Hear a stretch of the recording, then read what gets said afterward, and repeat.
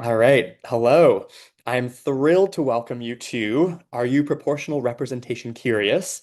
A webinar from Democracy Notes, sponsored by the American Academy of Arts and Sciences. By way of background, Democracy Notes is a publication for folks working to strengthen and improve democracy in the US. Through our newsletters on Substack and LinkedIn, we reach about 15,000 funders, practitioners, executives at nonprofits, and more who are doing just that. We are a nonpartisan nonprofit organization, and this event fits within those parameters. And my colleague just dropped the latest edition of our newsletter in the chat if you have not already checked it out. And Democracy Notes loves to surface compelling ideas for our audience, and this event is a great example. So I'm going to share a bit about my starting place with proportional representation, where I'm coming from, where my head was at when we were thinking this up, and then we'll dive in. So proportional representation to me is a phrase that has meaning, but I don't fully know that meaning. I know that it has to do with democracy work. I know that it has to do with reforming our systems of elections. I candidly don't have a great sense beyond that. So this webinar will offer a great 101, 201, 301, 401. We have a professor and other experts here, so we're well equipped for all of those levels of this. Um, and it's the result of a fantastic report that came out of a working group from the American Academy of Arts and Sciences titled Expanding Representation, Reinventing Congress for the 21st Century. So to give you a quick rundown of the agenda, I'll be asking our panelists some questions. We'll then be busting some myths about proportional representation, and then we'll have Q&A. So please do drop questions in the Q&A function on the webinar as they come to mind, and we'll answer them once the Q&A portion starts. And heads up that the event, as you probably know, is an hour and 15 minutes long, so we'll be going to 15 minutes past the hour. Without further ado, I'm thrilled to introduce Betsy Super, Program Director for American Institutions and Global Security at the American Academy of Arts and Sciences, who will kick us off. Great. Thanks, Gabe. And hi, everyone. It's lovely to see you. As Gabe said, I'm Betsy, and I've been here at the Academy for about 3 years. As many of you know, the Academy was started in 1780 by John Hancock's John Adams and other scholar patriots of the day who wanted a new organization to support the young nation in addressing the biggest issues that they faced. And for nearly 250 years, we have convened experts and published research on nearly every topic you can imagine. And this is all part of our mission to produce useful knowledge for the nation. In that spirit, in 2020, the Academy released a major report called Our Common Purpose that proposed 31 recommendations to reinvent American democracy for the 21st century. This was the work of a cross-ideological, interdisciplinary commission co-chaired by Eric Liu, Stephen Heinz, and Danielle Allen. We have since released numerous follow-up reports that dive into more detail on one or more of those recommendations, and that's what we're really excited to share with you for our discussion today. Expanding representation looks at the prospects, key design questions, and potential impacts of moving from our current electoral system to proportional representation. The report focuses on the questions as they pertain to the U.S. House of Representatives, which is what we recommended in the original Our Common Purpose report. But I'm sure you'll hear about proportional representation more broadly from our distinguished panelists, both in the possibilities at the state and local level, and also what we can learn from international or comparative perspectives. Before I turn it back to Gabe, I just want to extend a quick note of thanks to him and to the Democracy Notes team for hosting us today. Gabe, it's been a real pleasure to work with all of you on shaping this session on myth busting. Thanks also to my colleagues at the Academy, Jess Lieberman and Tony Shivers, who spearheaded this work and have been helping to get us the word out respectively. And finally, thank you to the terrific working group members who came together over a period of months to collectively think through all of the questions we're going to talk about today, and especially to our panelists, Didi, Grant, and Colin, for their generous sharing of their time and expertise. And so with that, back over to you, Gabe. Thank you, Betsy. And likewise, it has been an absolute joy to work with you and the American Academy team and the working group members who we will introduce now. Grant Tudor is a policy advocate at Protect Democracy. Colin Cole is Director of Policy Outreach and Communications at More Equitable Democracy. And Didi Quote is Center Fellow at the Freeman-Spogli Institute for International Studies at Stanford University. Hello, everyone. We were having a lively discussion about Colin's plants and pets and some other topics which shall remain unspoken in this recorded forum before, but thrilled to dive in with you all on proportional representation. Um, the first question, Didi, I'll go to you for this one. There are a lot of fires to put out in our democracy right now. Why is it a good time to think about a big picture change like proportional representation? Well, first, thank you so much, Gabe, for hosting us today. And thank you to the American Academy for the brilliant work of the Our Common Purpose paper and project, and for thinking very ambitiously, because we may think that there are certain causes of the democratic crisis right now in this moment. But it's definitely true that part of it is rooted in a distrust in our institutions that's been building for decades. Americans don't trust our elected institutions, our formal institutions of democracy, and really importantly, they don't trust the party system. They say that the two major parties are corrupt, very likely to just be self serving. And as a result, they often say in public opinion surveys and such that they wish they had a third party or more parties to vote for, or they had some deeper connection to government, wish that they were represented better in Congress, for example.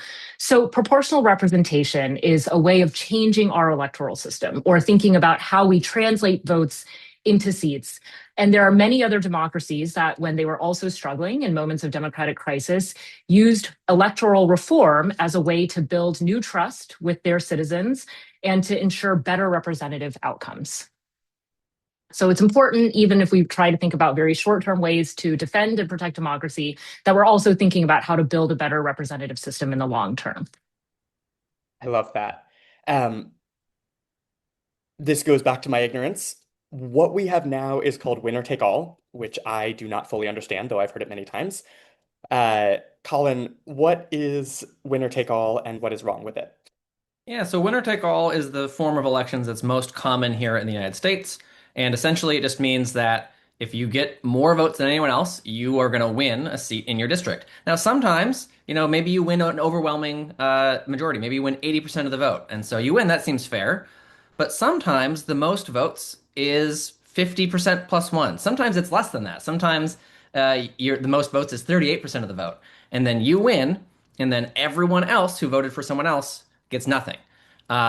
Which, when you start applying that at scale to a society, you start having a lot of people who are totally unrepresented, who don't really feel like they have a voice or representation in government. So, like, sort of your classic example, in a lot of cities throughout the United States, there is an absence of representation for folks on the right side of the political spectrum. In places like Seattle, San Diego, Boston, New York, Republicans essentially are locked out of representation, even though there's a lot of Republicans who live in those cities.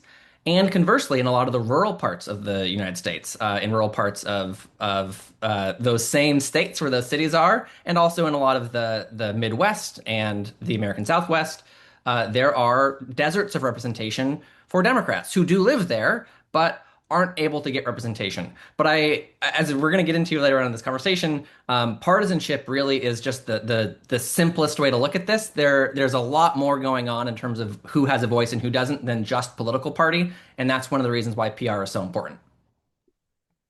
So in layman terms, if you're a Republican who lives in Boston, 40% of people vote for a Republican candidate in Boston, 60% vote for a Democratic candidate in Boston. Those 40% of the population, a very large share of the population, out of luck because That's we right. have a first past or I'm mixing up my terms here A winner because take we all have a system. winner take all system. And I'll say, by the way, one of the things that people decry about American democracy all the time is that our voter turnout levels are really, really low. And there has been some pretty impressive political science and polling and surveys that have shown that one of if actually the most large driver of people not voting is just them thinking that their vote doesn't count. And that's usually coming from one of two perspectives. One is, hey, I'm a Democrat, I live in a city, or I'm a Republican, I live in the rural part of town. I already know who's going to win. My guy's going to win. Why should I even bother? And the exact opposite. I know my person has no chance. Why should I even bother? And so it's leading to this widespread disconnection from American democracy. That seems no good. Um, Grant, so what is proportional representation and how is it different from what we currently have? So if winner take all is one class, PR is essentially the opposite class of electoral systems. And like in really basic terms, it kind of does exactly what it says it does. It allocates seats, like in a legislative body, in proportion to votes. So if a party wins 30% of the vote, roughly that party should expect to have 30% of the seats in a legislature, in a state legislature, in Congress. Um, I think the best way to kind of understand PR is to contrast it directly with winner take all. So like Gabe, let's use the reference to Republicans in Massachusetts as an illustration. Today in Massachusetts, Republicans command like about a third of the statewide vote. Like there actually is a significant Republican presence in Massachusetts. Uh, and given that Massachusetts has 9 US House seats, you might assume that a third of the vote translates into roughly 3 seats. But of course, you would be wrong, right? Republicans have 0 of the 9 seats. There's virtually no gerrymandering in Massachusetts. Instead, the reason is winner take all. There's only a single winner in each district. Republicans are pretty geographically distributed across the state, and so they're never kind of concentrated enough to kind of reach that 50% or so threshold required to win one of those seats. So even though they're a third, the electoral system that we have translates that support into 0. Now, under PR, the opposite would be true. 30% support would yield 30% of those seats. I don't know, Gabe, if it's worth getting into now, kind of how that happens, the mechanics. But that's the general principle at play, that seats translate into votes in a commensurate way. That is really helpful. I would also shout out Grant co-authored a piece on Republicans in Massachusetts and Democrats in, what was it, Grant? Oklahoma, Yeah. which we can include in the follow-up to this. Some good Grant writing lore there. We also already have a ton of questions coming in both in the Q&A and then the chat to panelists, so I'm going to try to weave some of those in as we go on. One of them is a very great segue. Excuse me. One of these is a very good segue to our next question, which is how would moving to a proportional representation system impact a few things? We're going to cover polarization, which we've touched on a bit, gerrymandering, and historically underrepresented groups. Colin, could I start with you on the historically underrepresented groups front, how proportional representation would affect that? Yeah, so I work for a nonprofit called More Equitable Democracy. We are a racial justice organization that focuses on electoral systems because that relationship between proportional representation and historically underrepresented communities is paramount to our work. Essentially, the same thing that we are just talking about with regards to, say, Republicans in Massachusetts is something that we can see for communities of color throughout the United States. Now, granted, there are a lot of parts of the United States that have undergone, due to decades, centuries of racist housing policy and discriminatory practices and redlining, white flight, etc. There are parts of the country where there are really stark differences between, where people of color live and where white folks live. But that isn't true everywhere. There are places like in Seattle where Asian Americans are very similar to Massachusetts Republicans in that there's not really one part of town where Asian Americans live. Asian Americans live dispersed throughout King County. And so you cannot draw a district that empowers Asian Americans or people of color at large in Washington state. But consistently in Washington's biggest counties, people of color are a fifth of the vote, a third of the vote in some cases, and don't have the power to elect their fair share of representatives. And even in those cases where you do have extreme segregation and you can draw a majority black district, say in Philadelphia, you often run into this interesting challenge where one district is, say, 95% black, and then another district is 35% black. And just like you see with gerrymandering, that 95% does mean in that one district, the black community overwhelmingly has the power to elect a candidate of their choice. But that's not really an efficient way for their voters to be distributed because now they're losing in this neighboring district just because they happen to live across the street in the other district. And what proportional representation does is it sort of frees you from needing to vote based off of geography. You can vote on geography, but if people share your class or your race, your ethnic group, your language minority, and they live in a different part of your city or your county or your state, you still have the power to pool your votes and vote collectively to elect your fair representatives. So it sounds like the current way that we approach representation of racial minorities is not a great way of accomplishing that end, where you're drawing districts to try to get around, include members of a certain racial or minority group, but you're almost inherently going to disenfranchise people of that minority who live in a different part of the Right. state or region. Okay. And very often you end up having just as many people of color who live outside of the protected district as live within it. And one other sort of time-bound thing I'll offer here is for the last 4 decades or so, based off of Supreme Court precedent, the predominant way of enforcing the Federal Voting Rights Act of 1965 has been through the creation of single winner take all districts that are designed to ensure that a protected class has the power to elect their candidate choice. Number one, like we just covered, there's a bunch of parts of America where that remedy doesn't work. It has been transformative in some parts of the country. I don't want to undersell that. It has been a huge critical component to transform representation for people across the country, but it doesn't work everywhere. But more pertinent to right now, in the pending Supreme Court case, the Calais decision, we're expecting in the next week or two. And depending on how that ruling goes, they might actually outright rule that drawing districts with the intention of enfranchising an underrepresented community is unconstitutional. And that will be a big problem that the civil rights community and the community of folks who believe in democracy need to grapple with. Amazing. Okay, that is a great segue into talking about gerrymandering. So how would moving to a proportional representation impact gerrymandering, Didi? So, gerrymandering is the process of drawing districts, and there is a lot of political science evidence indicating that single member districts are the most vulnerable to gerrymandering because, of course, that's the lowest level at which you are drawing districts and therefore manipulating the population that one single member will represent. Or, by manipulating, we mean trying to be very intentional about the type of district that you're drawing. And I'll try to encompass some of the questions that are cropping up here. When you are drawing a multi-member district, i.e., 3 to 8 people within a district, you draw a much bigger district. And as that number of members within the district goes up, it becomes more difficult to gerrymander the district. And in fact, over certain numbers, like 5 members per district, it becomes almost impossible. Now, there are some countries like the Netherlands and Israel that actually just have one single national district, and that can, have its own problems. Those are very small countries.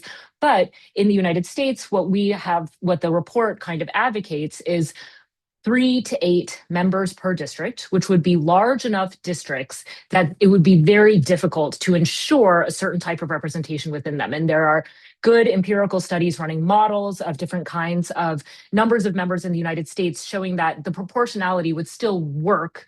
Even if you had something like 3 members per district, you would still have the ability of everyone to kind of select their true choice in an election and have Congress or the House of Representatives reflect the proportion of votes that each party received. So even if Gerrymandering becomes much less of a problem, in other words. love that headline there. Yeah. So essentially, even if there aren't tons and tons of candidates per district, like there isn't just one district for the whole of the United States or another country, you end up with, even with 3 candidates in a given district, there's still enough in way of representation for people to feel represented, for people to be represented in various ways. Exactly, because especially in the aggregate at the congressional level, like even if you were just the one vote out of 3 for a small party, there would be enough kind of scattered throughout the country that you ultimately seat a little faction of legislators that are all from that party in Congress. Amazing. Okay, I also just want to shout out the incredible questions that we've gotten in the chat I so know. far and in the Q&A. They're great. These are really, really good, and they hit on a lot of the topics that we want to bring on later on in the conversation, but we'll try to weave some in. Grant, we've talked a bit about polarization, but could you go a bit deeper into how moving to a PR system would impact polarization? Yeah, it's my favorite topic. Okay, so making dreams come true for you here, Grant. Amazing. Yeah, absolutely. So the headline, to start the headline, is that democracies with PR tend to experience less severe affective polarization uh, than those with winner take all. And when I say affective polarization, I mean kind of the degree to which we tend to dislike other partisans, not just disagree with others. Hmm. So it isn't to say that everyone gets along swimmingly under PR systems, but the problem is relatively less acute. It's less severe. One of the chief reason for this is that while winner-take-all systems tend to generate two-party systems, PR systems generate multi-party ones. Again, I think we might get to the why in a bit, but for now, just take my word.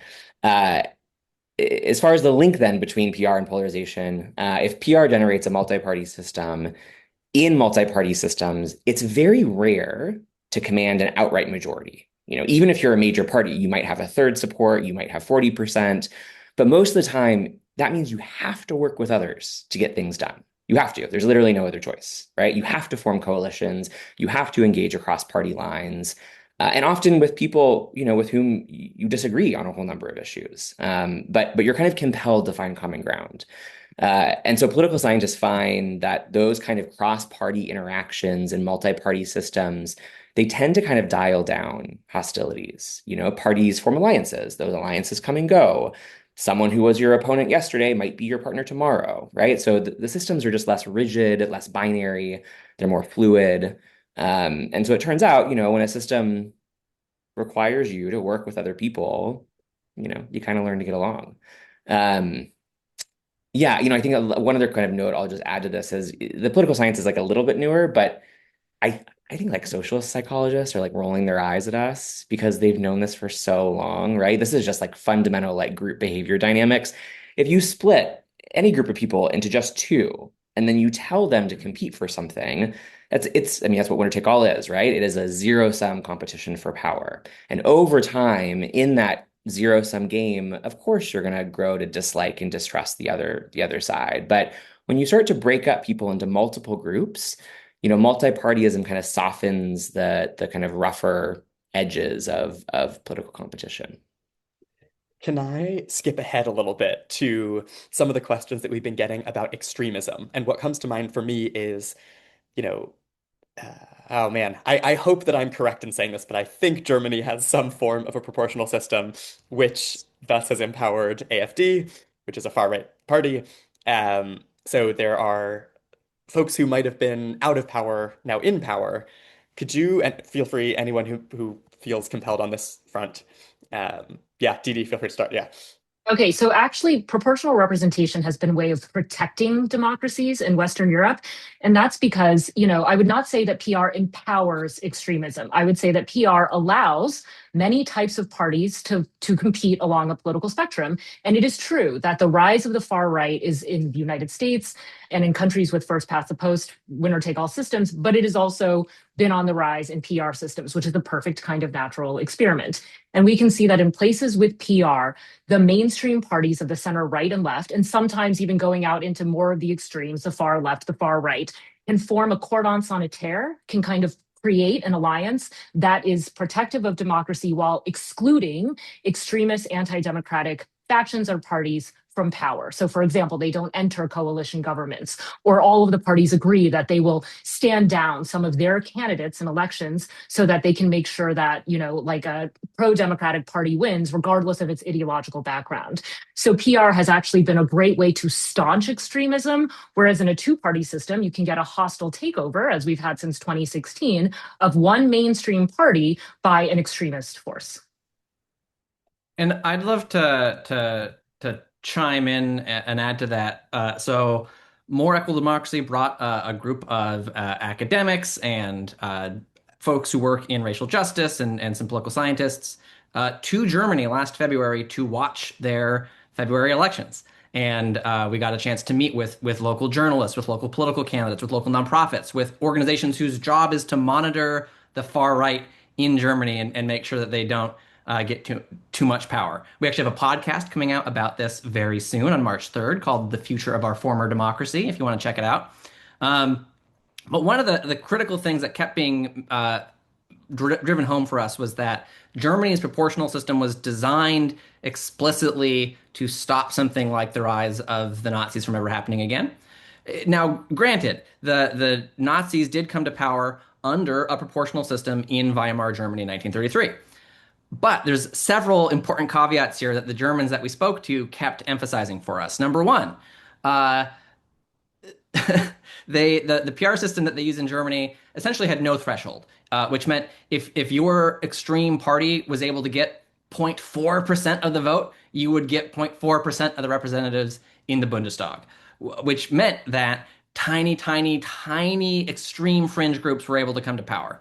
The system that they developed in 1949 with assistance from the Allied powers set a minimum threshold of 5%. So you cannot take a seat in the Bundestag unless your party has at least 5% of the vote. There's a small asterisk here for regional support that we can get to later on. But that this was sort of their solution to preventing the rise of the far right. It's also worth noting that, like Didi mentioned, even if you only have 33% of the vote, which is what the Nazis got in that Weimar election, that's actually enough to take over government. If you go back and you look at the, say, 2016 primary elections here in the United States, what most would call the current far right movement in the United States really was about 30, maybe 20% of the United States. It was less than half of the Republican Party. But that vote, because of the exploitations that are possible under winner take all, led to that small fringe group first taking over one of the two parties and then taking over all three branches of government.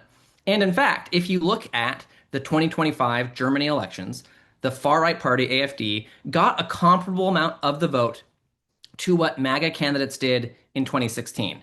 And in 2016, the far right party ends up taking over the United States government. In 2025 in Germany, the far right party gets 20% of the seats. They are not a governing coalition member. And in fact, the center right party has continued to work with the center left instead because they have held firm to their democratic values. Okay, that is a great transition to getting into some of the nerdy design choices. This can be like imagine you have a magic wand and you're a policymaker and you can create the system, but you have to think about trade-offs. Grant, could you talk a little bit about the design choices in creating a PR system? Sure. Okay, so Didi has already said this explicitly, but just to underscore again, an electoral system is the system by which we translate votes into seats. That's it. It's literally kind of like a machine, like software on a computer. It's like operating in the background. And every country's software is a little bit different. It translates votes into seats a little bit differently. There are four key components that together do that math, essentially, that translate votes into seats. I'm going to enumerate them very quickly, and then I'll just kind of focus on one. So if it sounds like we're eating vegetables for a moment, I'm really sorry, but just give me like 20 seconds to get it out of the way. The four are what political scientists refer to as district magnitude, which is the average number of seats in a district. So we use single member districts in the US. We'll get to this in a second. Every other country with PR uses multi-member districts. Those multi-member districts could be 3 seats, they could be 9. We'll get to that in a second. The second is what's called allocation method, how winners essentially get decided based on the number of votes. The third is ballot structure, so whether you can choose a single party or candidate or whether you can rank them. And then the fourth is assembly size, so how large your legislature or your parliament is. Okay, so we don't have time to do a deep dive, unfortunately, because this is my second favorite topic. But can I ask you one follow-up question on district magnitude? Yes. Is district magnitude the number of constituents in a district, or is it the number of representatives representing a district? Great clarification. It is the number of representatives, not the number of constituents. Cool. Okay, well, let's double click on that because that's the one that I wanted to kind of expound on. So I'm not just using district magnitude because it's like a fun name. It really is the most important. It has some of the most far-reaching implications. So winner-take-all systems like ours typically use single-member districts. PR requires the use of multi-member districts. There is no such thing as having a PR system without them.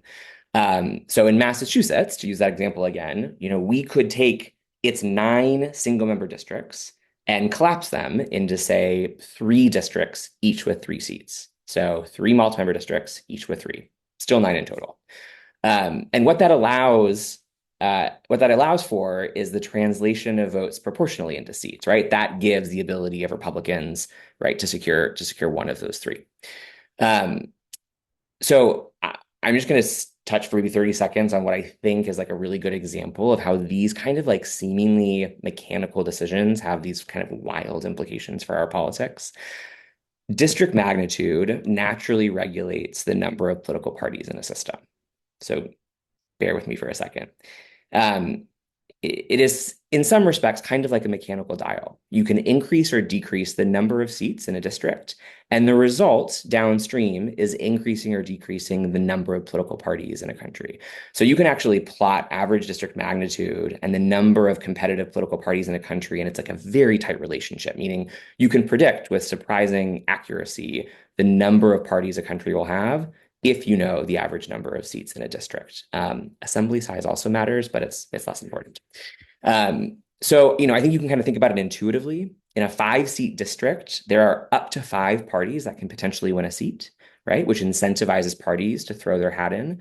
It incentivizes parties to kind of form and compete. If there are 10 seats, if you were to make the multi-member district much bigger with 10 seats, that's up to 10 parties, right? So the relationship isn't actually that linear, but that's the intuition.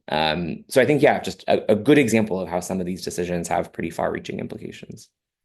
One quick follow-up on that. Is there, for anyone, is there research on the optimal number of political parties? Because I could imagine having 10 and that being chaotic and difficult for coalition building, etc. But Yes, I have to give credit to a gentleman named John Kerry at Dartmouth. He and a few of his colleagues kind of came out with a seminal paper years ago asking literally that exact question. Is there an optimal number? Is there an optimal district magnitude? Taking into consideration a lot of goals that we might think are good goals for democracy, accountability, representation, things of that sort. They concluded that the kind of range that optimizes for the goals that we generally think are probably good, the range is about 6 to 8. So one reason why you might not want to go to say 15 is something called like party fracturing. So if you have like 15 really competitive parties in a legislature, it's kind of hard to get things done, right? Coalition formation is a little bit harder. There's a lot more infighting, so on and so forth. But if you only have, 2 or 3 big parties, you lose a lot of the benefits of PR. So, they kind of determined that the 6 to 8 was what they called the optimal or sweet spot district magnitude. that is super helpful. Anything, Colin or Didi, that you'd like to add on the design choices front? Well, Grant had mentioned assembly size. I will just say there is another American Academy report on expanding the size of the House. And it's true that we have a very small lower chamber relative to our population and relative to other democracies. So each of our representatives represents a huge number of people, over 800,000, which is not the case in most other advanced democracies and our peers. So it would be helpful to increase the size of the House to achieve more proportionality.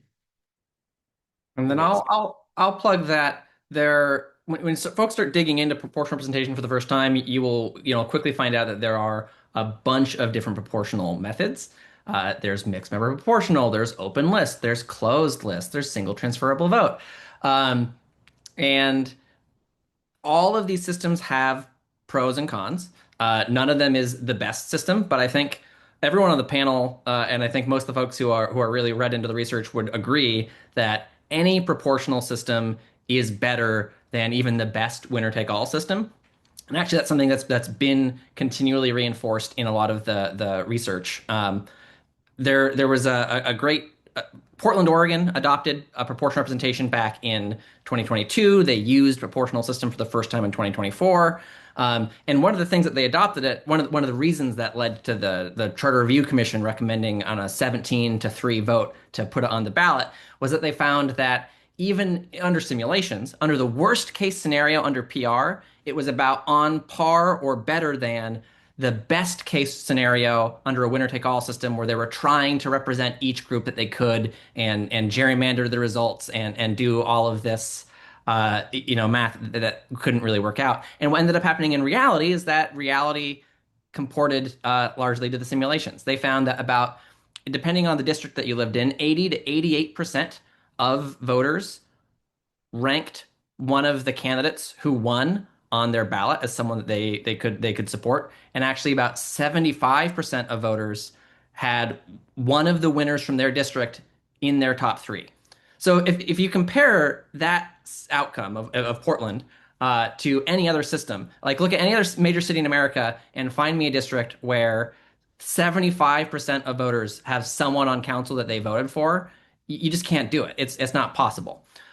All that to say, which system you're looking at might vary depending on, are you looking at a nonpartisan race? Are you looking at a partisan race? Are you looking at a large district magnitude or a small district magnitude? Do you have a lot of people in your chamber already? Do you have 50 aldermen like they do in the city of Chicago? Or do you have 9 city councilmen like you do in Seattle? And these are all things you have to think about and weigh and evaluate. But at the end of the day, whichever proportional system you use, or even if you look at a semi-proportional system like cumulative voting or limited voting, which have decades of efficacy established through the Dillard cases under the Voting Rights Act in the American South, any proportional system is going to outperform any winner-take-all system. So even though you might quibble on the details, don't lose the forest for the trees. I love that. And it's helpful to get the takeaway of, dear God, what we are doing now is so much worse than any of the alternatives when it comes to PR. That is a helpful finding to underline. Um, Great transition as well into our myth busting section. First myth, going back to you, Colin, this is like ranked choice voting, right? Something that's come up in our questions as well. That's right. And I mentioned it. I mentioned it in Portland a second ago. So people have heard about ranked choice voting. It's I don't know if it's necessarily popular, but and the types of folks who go to this Zoom panel is probably pretty popularly known at least. Ranked choice voting is a ballot style. It lets you say who your first choice is, but unlike a winner take all system or a choose one system, it also lets you say who your second choice is and who your third choice is. But that is not inherently proportional representation. What proportional representation is what you do with those ranked ballots. You can take ranked choice voting elections and run them under a winner take all system. And so you can say whichever group has the most votes wins. And so you can control against those sort of plurality winners, like in 2014 when the governor of Maine won with about 34% of the vote. You can make sure that that kind of thing doesn't happen under a winner-take-all version of ranked choice voting, but it's not proportional. Even if it guarantees that the winner has, say, 60% of the vote, you still have 40% of the vote in that case that doesn't have representation. And one of the whole things we're trying to correct is these big chunks of our community who have no seat in government. And this is really worth drawing attention to because the way New York City uses ranked choice voting is different than the way Alaska uses ranked choice voting. And that's different than the way Maine does ranked choice voting. And that's different than the way Minneapolis does ranked choice voting. And that's different than the way Portland does ranked choice voting. And they're not all equal. I would argue that most of them are an improvement on the current system, although there are very bad ways to do ranked choice voting as well. There's a system called block preferential voting, which essentially is hyper majoritarian, hyper winner take all, and it basically snowballs and shuts out the minority even more than they would under a traditional system. Proportional ranked choice voting, though, can do the opposite and is transformational in terms of its effects on who has power to elect their candidates. So all that to say, I think a lot of the sort of national discourse about ranked choice voting is doing that very same missing the forest for the trees. It's focusing on the wrong thing. The question shouldn't be ranked choice or choose one. The question should be winner take all or proportional. And from there, that dialogue will lead you down the path of, okay, well, which version of proportional? And maybe in your city it's ranked choice voting, but maybe in your city it's not.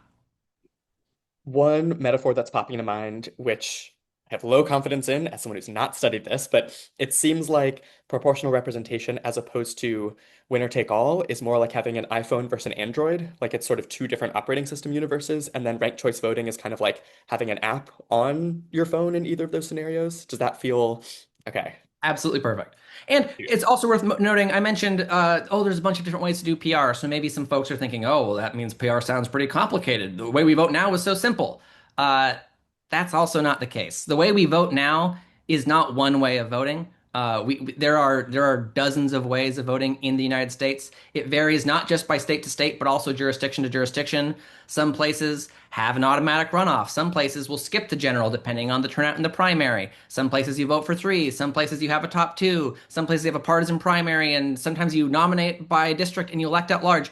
There is no one American voting system, and in fact, the winner take all family of electoral systems, which is just as large and complex as the proportional family, is so varied that the notion that there's one way we vote today in America is just farcical and disconnected from reality. Wow. I'm having a lot of, oh my goodness, I wish we had a different system thoughts here. Question in that vein, Didi. So another potential myth, this is what they use in the UK, right? Could you talk a little bit about uh, what's going on in other democracies with these types of systems? Sure. I mean, we as Americans are so accustomed to the way we vote, even though, as Colin said, we vote in any number of different ways. But the most common form of electoral system in all of the world's democracies is proportional representation. It is far more modern. I think it is the iPhone in this analogy. Um, and it among the 50 advanced democracies, like 38 use proportional systems. And many of the countries that have a winner take all system inherited it from Britain. So Canada, the United States, the UK. But one example I wanted to highlight is New Zealand, which is a country that also inherited a Westminster form of government, a unicameral, first past the post, winner take all system. And it suffered a few elections in which a party that won, like, not even a plurality of votes, and sometimes a plurality, never a majority, ended up getting like a supermajority in the legislature. And people were super dissatisfied with this form of government. So they did reform their electoral system in the 1990s, as did a lot of other democracies. It was a time of more experimentation and adaptation in response to public discontent. So New Zealand shows us an example of a country that went from winner take all to proportionality. They did a mixed member system. You can read about it at different places, from Protect Democracy, for example. And they did, like, basically overnight, they had more parties competing. They had, over a few election cycles, higher rates of turnout. And this brings them into line with the other advanced democracies that use PR. Higher turnout, more democratic satisfaction, more coalition government, because that's just the way you have to get things done. So the incentives, as Grant said, affect the behavior of legislators. And people feeling more represented over time. So it can't fix, all of the problems in democracy, but we have lots of Western European countries that have used PR for a long time that have better public health outcomes, better service delivery, stronger forms of governance. And it's true that the United States still has a lot of institutional anomalies, federalism, presidentialism, et cetera. But the proportionality alone is a standard of fairness that we have not met in contemporary times. There are two clusters of questions that we've gotten a lot of that I'd love to address. One is, where is this happening in the US? I'm gonna circle back to that one second. And the one I'd like to do first is, how would we actually do this? Like, would this require a constitutional amendment? Would this be federal stuff? Can this happen at the state and local level? How would we do this? I can take that initially, only because it's easy. The no constitutional amendment required. I think one of the reasons why PR is animating right now for reformers, or is becoming more kind of interesting to a lot of cross section of reformers, is for that reason. Like, the hurdles are not the same or as large as kind of other, to use Didi's term, institutional anomalies in our system that would require constitutional amendments to fix, like, the Electoral College, for example. So to be kind of a little bit more specific, at the federal level, Congress, right, can determine the manner of elections. And in fact, when it comes to our current winner-take-all system, it already does. In 1967, Congress passed a very little-known law that is literally one sentence long, called the Uniform Congressional District Act. And that one sentence has had just extraordinary ramifications for our politics ever since. The UCDA mandates the use of single-member districts for House elections, which effectively ensures a winner-take-all system, which more or less protects the two-party system. There were good reasons for doing this at the time. We won't get into it, but suffice it to say, this kind of federal mandate precludes right now the ability of states to even so much as experiment with PR for their House elections. So we could amend that law. We could amend the UCDA in a way that transitions, the U.S. House, for example, to PR.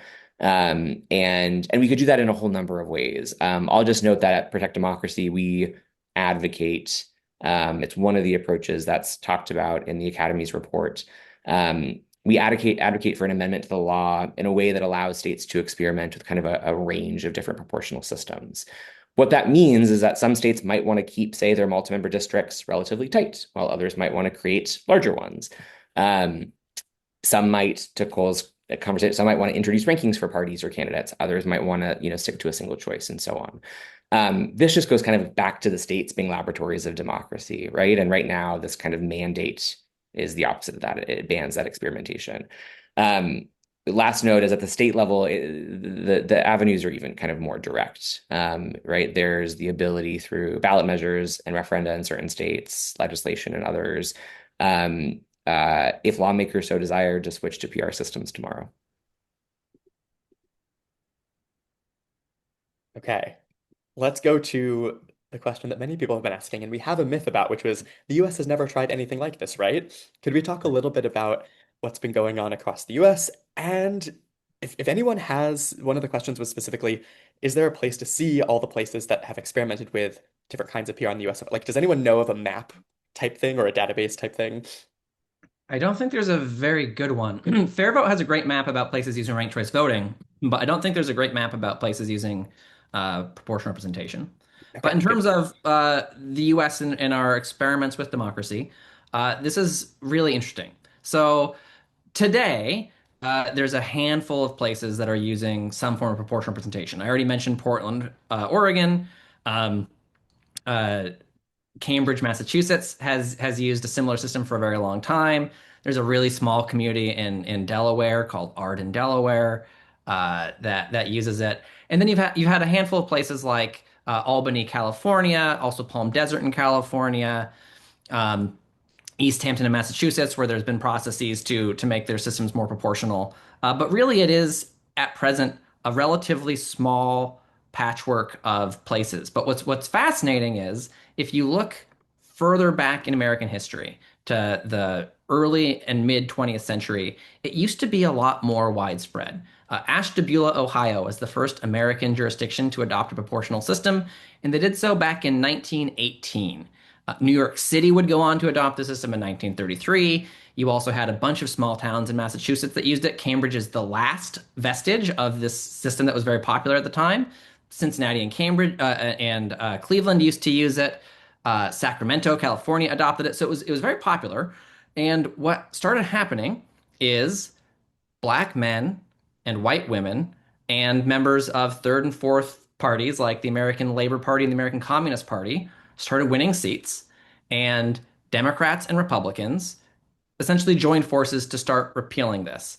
You can find historical archives from, the New York Times talking about how the most objectionable part about New York's voting system is unquestionably the power it gives to women.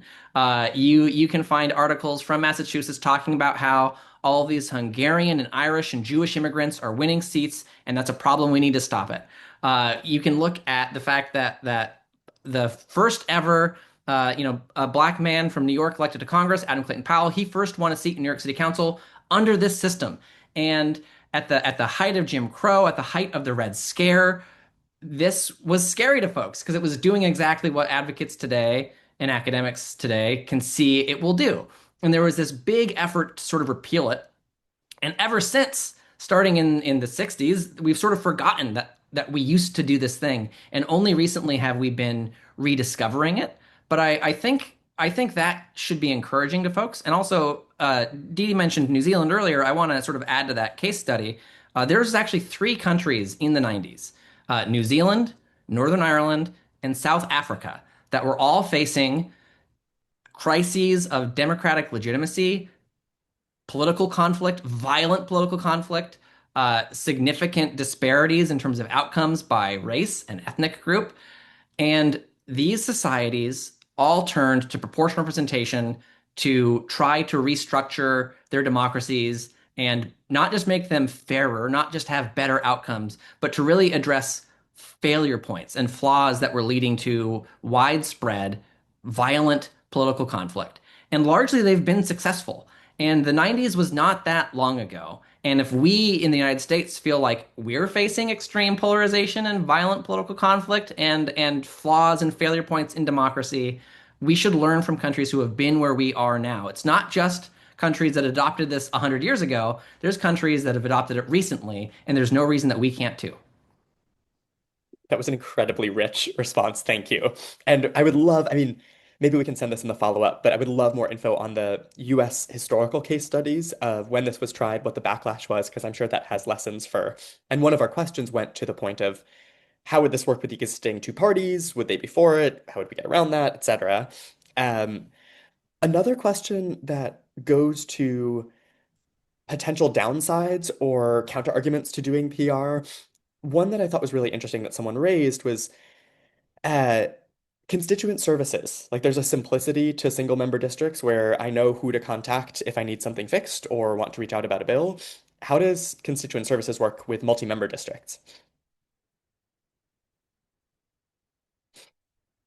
I can get us started with just something simple, and I'm gonna kind of punt to there's a great report, we can include it in the follow up from colleagues of mine together with colleagues at an organization called PopVox that has some expertise here.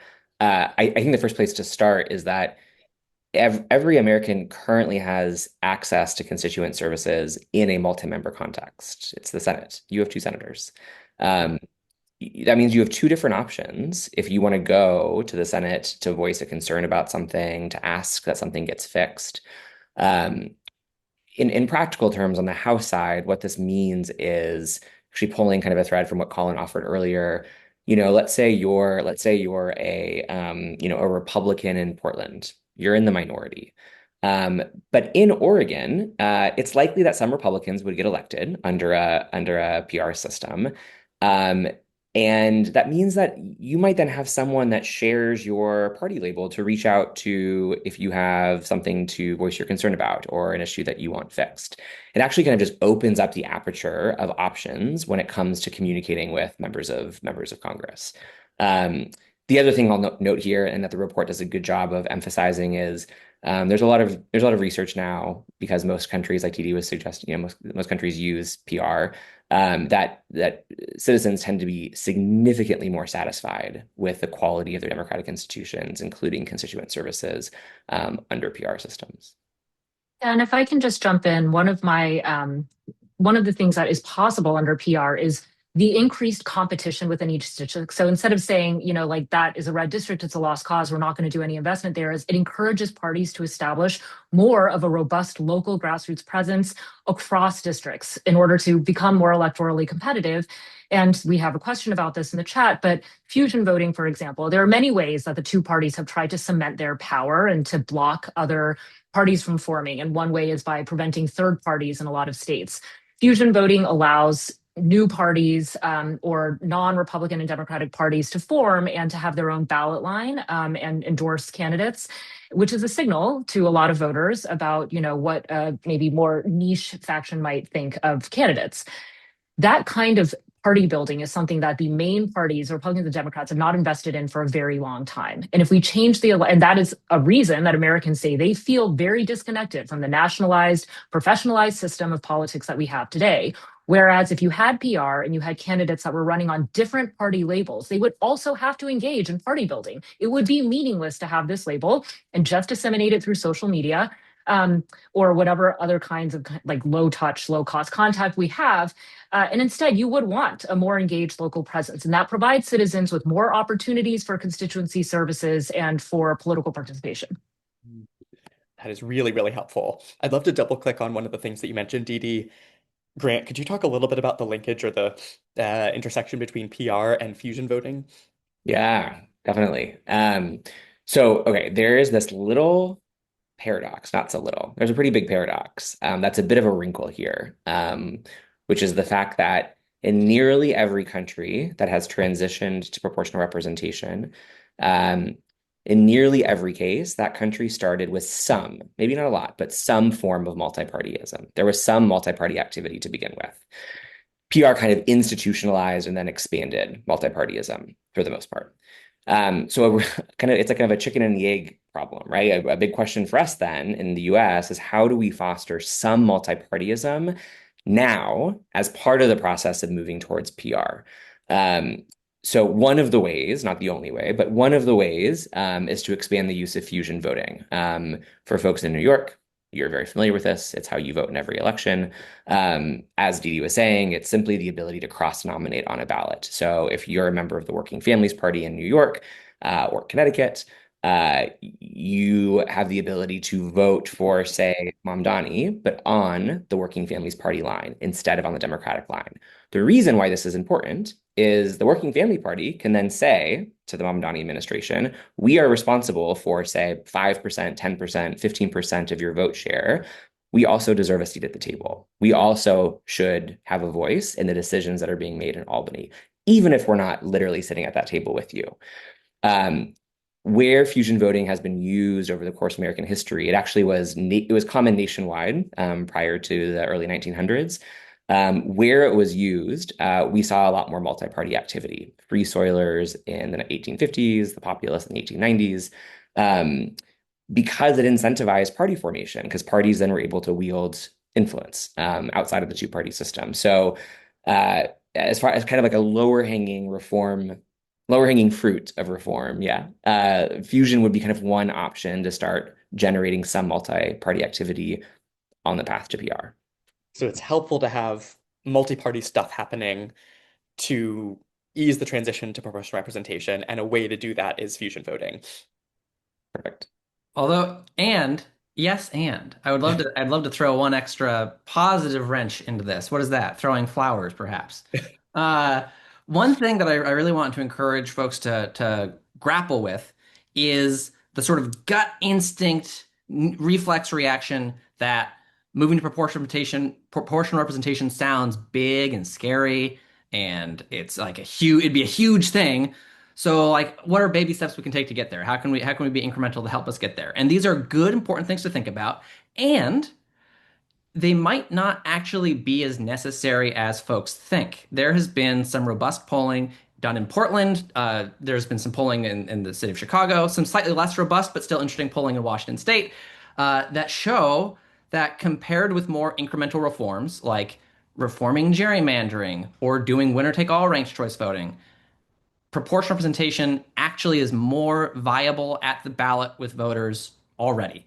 That, for whatever reason, maybe it's folks think that the problem is really big and therefore we need really big solutions.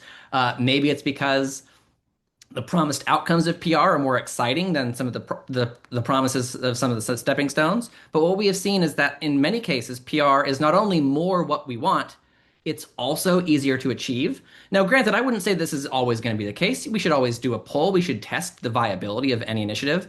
But I have seen over the years too many folks who sort of instinctively assume PR is what we want to get, so how can we do baby steps first? When that might not always be the case. Sometimes you can start off asking for what you want and actually get it. I think, Grant, you're the right person to ask about this, and acknowledging that this is a public setting, so there's maybe only so much you can share on this front, but a few people have asked about the likelihood of repealing that act of Congress from the 60s that mandates single-member districts. I know that folks have been having conversations with congressional offices. Any insight into how that's going or what stage all of that is at? It's a great question. I wish I have a better answer on hand. I'll say this. I'm just going to create a myth and then debunk it. But that's related to this question, Great. which is uh, there's this kind of pervading conventional wisdom that lawmakers are uninterested in changing the rules of the game because this is the game in which they won already. They were elected under the system. Like, why on earth would they want to change it? In fact, like there have been, as Didi noted with the New Zealand example, and a number of others in contemporary times, huge electoral reforms, big transitions from winner take all to PR, where incumbent politicians led the way. for a variety of reasons. One of the things that we hear like again and again and again in conversations with lawmakers and their staff on the Hill and in state capitals is they really don't like their jobs. It's really hard. It's really, really difficult up there, you know? And if there are ways of potentially engaging in politics and serving communities, which is the reason, honestly, most of them actually are there, if there's a way to do that better, that would make their job a little bit more tolerable, they're open to those conversations. I think it might be helpful to like think about individual lawmakers as a unit of analysis as opposed to just the parties. Those individual lawmakers, a lot of them have a lot to gain by a system that makes things a little better. I want to shout out a report from Future Caucus called The Exit Interview, which interviewed state legislators about why they were leaving state legislatures, and it was really grim. It was not people who were loving their day to day. So +1 on folks being open to changing the system that they're in. Um, I wonder, Didi, starting with you, but going around to everyone, could you talk a little bit about what you are currently researching or what your organization is currently working on with relation to proportional representation? It's a great question. I would say the scholarly community after the end of the Cold War in the 1990s, when many countries were embracing democracy and writing their constitutions, trying to design their institutions, et cetera, there was a lot of research into electoral systems and their optimization for divided societies, polarization, post-conflict societies, and all of these other outcomes that we care about. And at the time, like there was a not necessarily a consensus, but PR is the dominant mode. There was some sense that if you have a two-party system, maybe there's some convergence on median voters, et cetera. But that conventional wisdom in the subsequent 30 years has changed enormously. And we do see all of the kind of negative outcomes associated with two-party systems that Grant and Colin have cited so effectively.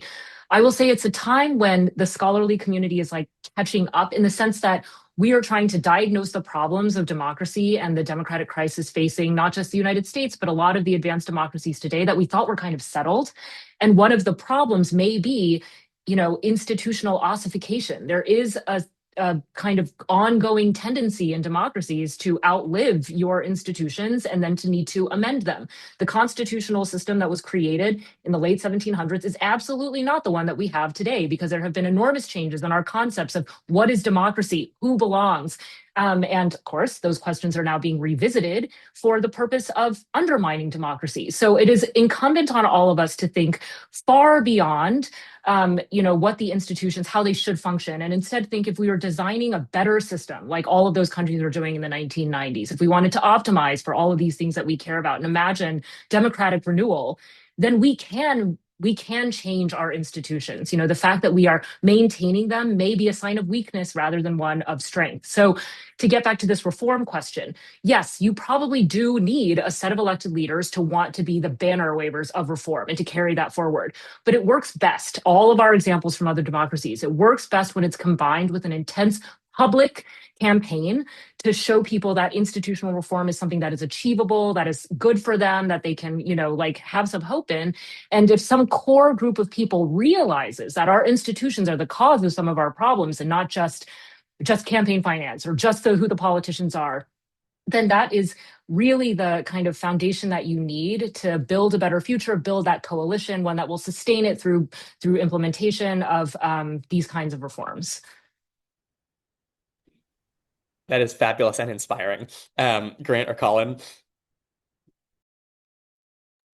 So right now, more equitable democracy is leaning into two pretty big projects. Our first is our sort of our flagship program, the Electoral Justice Initiative. We're currently partnering with about 21 partners in 14 states around the country to advocate for and advance proportional representation in their communities.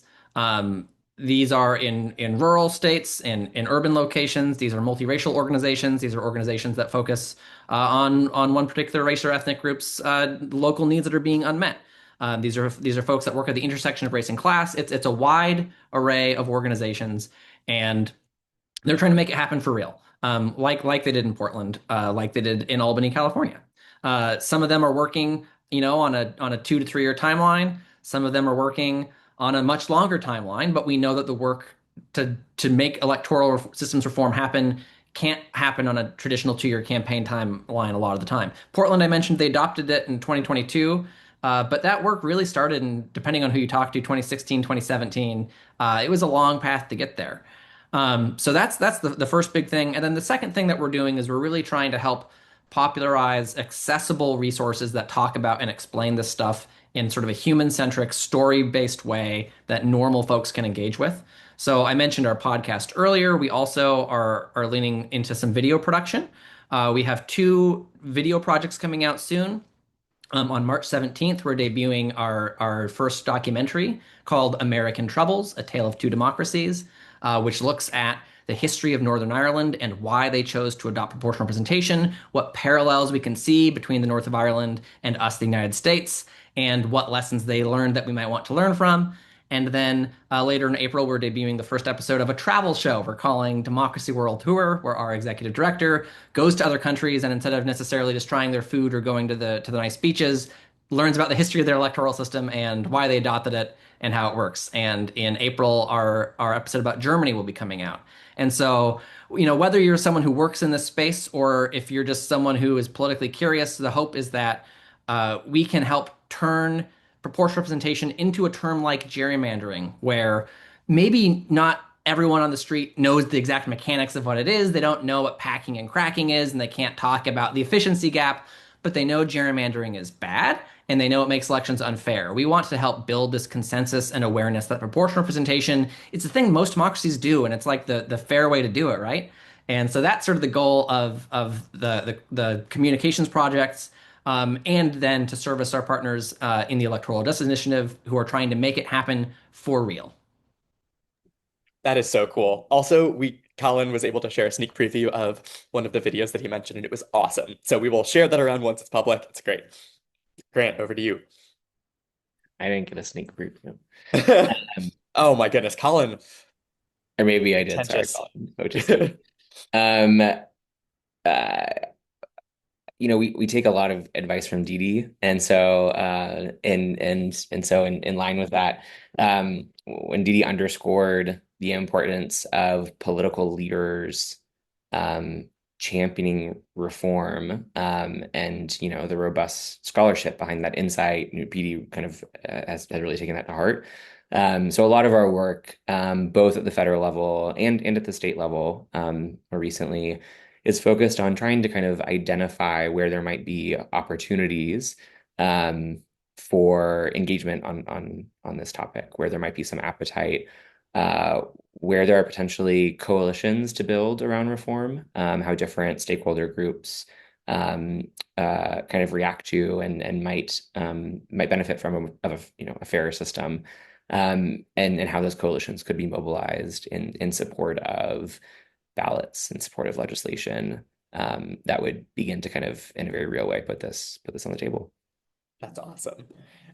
Also, a shout out to all of the people who shared resources, whether those were books, articles, trackers, etc., with us in the chat. We will send those around after the fact. And as curator in chief of Democracy Notes, this is a great list to pull from for curation for the newsletter as well. So thank you there. Also, thank you for the questions. These were awesome. Really, really awesome. Hit on a lot of the things that we suspected might be curiosities.